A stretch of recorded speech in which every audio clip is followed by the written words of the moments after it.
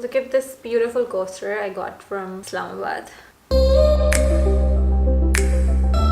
Today we're talking about self-love. Self-love was a huge discovery for me. It's become somewhat of a buzzword in the last year or so, but it has been so deeply enriching and transformative in my life that I feel like this needs to be common knowledge, because we focus a lot on our relationship with other people, our family, our parents, our partners, our kids, our friends, but we don't talk much about how important it is to nourish our relationship with our own self. Self-love is loving ourselves unconditionally, making sure we are having fun. So loving ourselves not in an egoic, narcissistic, cocky manner that I am the best, but embracing ourselves and accepting ourselves completely. Whatever shape, form, color, structure, size, extending love and gratitude to it and not trying to change it from a place of lack that I'm not good enough, therefore I need to do more. Yes, you can try to enhance what it is, but doing it from a place of love. When we practice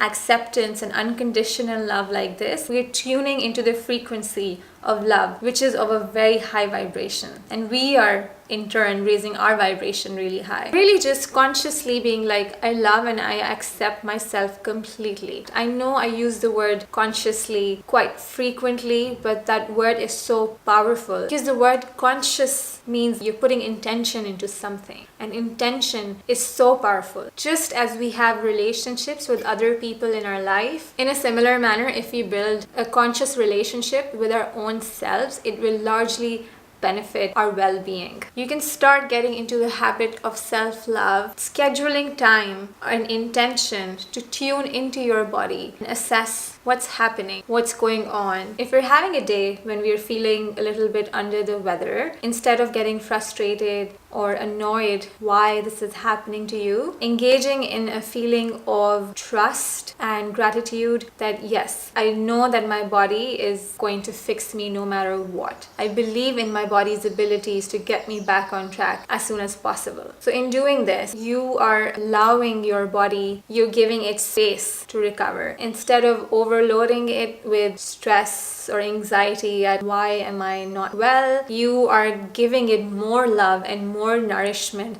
to do its job. Don't be too hard on yourself if you have to take a day off to recover. Instead, enjoy that time off. And when you're in a good space mentally, in a place of love and comfort and satisfaction, you're giving more space and more energy and more cells in your body to fix you, as opposed to consuming those cells with worry or stress or unhappiness. It's a lot about the mindset. When we truly believe that our bodies are intelligent beings, fully capable of nourishing us, keeping us well, we're setting the intention of building a happy, balanced, positive relationship with it. So every time I feel like I'm about to get a cold or I'm feeling a little bit unwell, instead of being like, oh no, I'm like, okay, my body's got this. And if I need to slow down, I slow down. If I need to eat something extra nourishing, I do that. But I do not engage in negative self-talk or in stressful feelings because I know that's not helping myself. Obviously, a big part of self-love and nourishment is what we eat. So making sure we're eating good, nourishing, healthy food, fruits, vegetables, water, hydrating ourselves. You know how we look after babies and kids. We make sure they're well fed and well nourished, that they get their nutrients, that they're growing up. And similarly, we should take care of our own selves. When we have a relationship with our own body, we would know what we want to consume, what our body needs, what sort of nutrition it desires, what does it feel like eating. Next thing you can do is to really get to know yourself as a person. Who are you? What do you enjoy doing? What are fun activities for you? Some people really enjoy exercising, which is awesome because from an evolutionary perspective, our bodies are meant to move. The more we move them, obviously not overdoing it, but if we move our bodies, the better it'll work for us.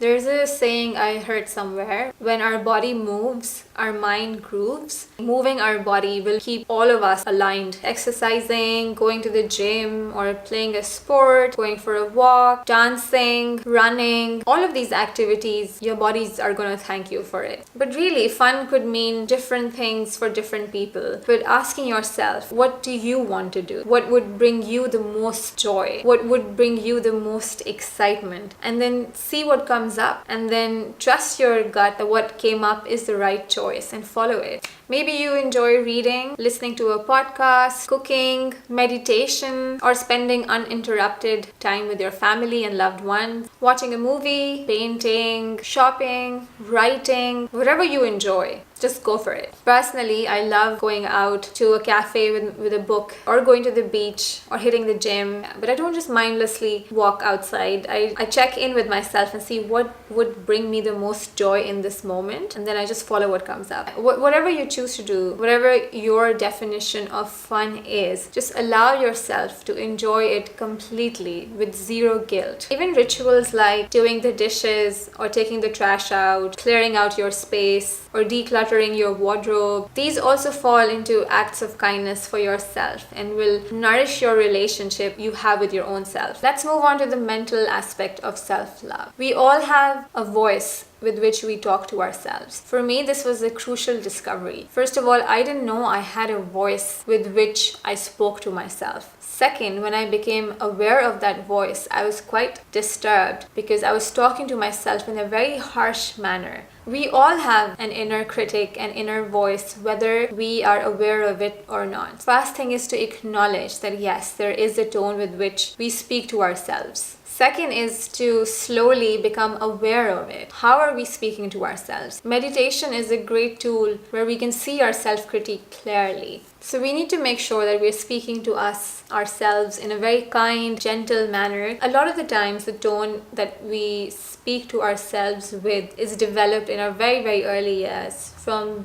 age 0 to 10. So as we grow up, we completely become oblivious to it. We don't realize that we are speaking to ourselves or criticizing ourselves incessantly. So making sure that we speak to ourselves kindly, gently, politely, forgiving ourselves. It doesn't matter if you said something silly to someone. It's done. It's in the past. The page is flipped. Move on. Yeah, and don't be mad at yourself or annoyed at yourself. It doesn't matter if you ate a donut. It doesn't matter if you skipped the gym. It doesn't matter that you're not following your goals or aspirations. Just be very forgiving and accepting and gentle to yourself, and be like, I'm exactly where I need to be. Every time you do something that you are proud of or you feel accomplished, just take a mental note of that. Like recently, I took part in this 36 days of type challenge on Instagram. So every day you are designing a letter, and then from numbers 0 to 9. Last month when I was doing all of this was also an exceptionally busy month because I was traveling. But I finished it. It ended yesterday, and I was so pleased with myself that I powered through the entire thing.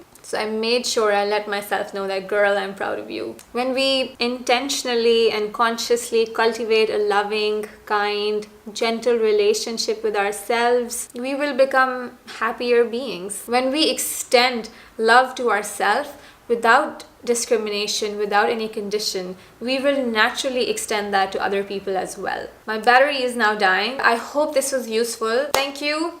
Until next time. Love yourself, accept yourself, embrace yourselves. Bye!